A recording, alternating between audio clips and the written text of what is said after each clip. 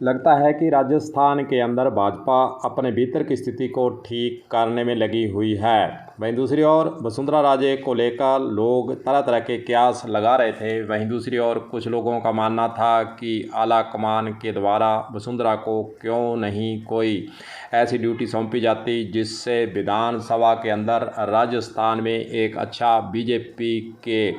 पक्ष में माहौल बन सके। इस प्रकार की बातें आ रही थी नज़र। जहां एक और जो वसुंधरा राजे सभी यात्राओं के अंदर दिखी, वहीं दूसरी ओर जो बीजेपी के द्वारा राजस्थान के अंदर 4 स्थानों से यात्रा जो निकाली जा रही है, संकल्प यात्रा, परिवर्तन यात्रा के नाम से, उसमें वसुंधरा राजे की शिरकत करना और फिर उनकी जो भागीदारी है वह राजस्थान के अंदर फिर कर उभरने की बातें सामने आने लगी। तो उसी प्रकार जब वे इन यात्राओं के अंदर गई हैं, वहाँ से उन्होंने फीडबैक भी लिया है, नेताओं से मिली है और वहाँ की विधानसभाओं के बारे में उन्होंने जानकारी लेने का प्रयास किया है। इसीलिए वसुंधरा राजे को इन निर्णयों को देखते हुए एक बार फिर चुनाव की दृष्टि से आगे के कदम में आती अब वसुंधरा नजर आती है। क्योंकि राज्य की ज़मीनी हकीकत की बात करें तो वसुंधरा से ज़्यादा राज्य को नहीं जानता है, क्योंकि वे यहाँ मुख्यमंत्री रह चुकी हैं और ज़िलों के बारे में, ज़िलों की समस्याओं के बारे में, जैसा कि यात्राओं के अंदर भी देखा गया,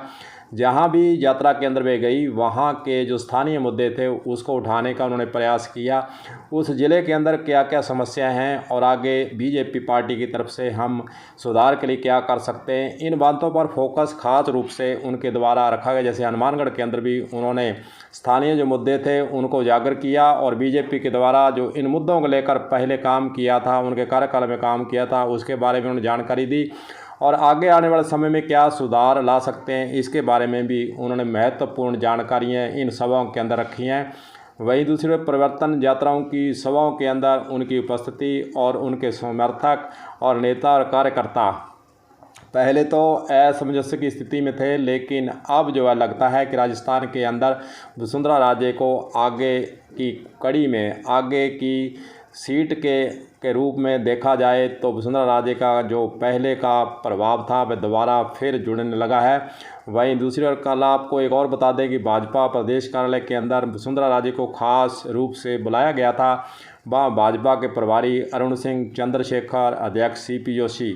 ये बैठक कर रहे थे। उसके अंदर वसुंधरा राजे को खास रूप से बुलाया गया। चुनाव से संबंधित इस महत्वपूर्ण बैठक के अंदर वसुंधरा राजे की उपस्थिति और उसके अंदर सीटों पर चर्चा, तो कहीं ना कहीं वसुंधरा राजे को अब राजस्थान की राजनीति में आगे की कड़ी में लाने का काम शुरू हो चुका है। और इस बैठक के अंदर उन सीटों पर बताया जाता है कि चर्चा हुई है जहां पर भाजपा पिछले 3 चुनाव हार चुकी है और इन सीटों पर पहले ही उम्मीदवार घोषित करने के लिए एक राय बनाने का काम बीजेपी पार्टी के द्वारा किया गया है। इसी के सिलसिले में वसुंधरा राजे से सलाह मशवरा लेना और वसुंधरा राजे की क्या इस पर सोच है, क्या उनका आगे से इस चर्चा में भाग लेते हुए उन्होंने इसमें काम करना है, उसको लेकर जयपुर के अंदर यह महत्वपूर्ण बैठक हो चुकी है। और इसको देखकर लगता है कि अब वसुंधरा राजे को बीजेपी के द्वारा अपनी पार्टी के स्तर से महत्वपूर्ण स्थानों पर जाना, महत्वपूर्ण बैठकों में बुलाना, इस तरह का सिलसिला शुरू हो चुका है।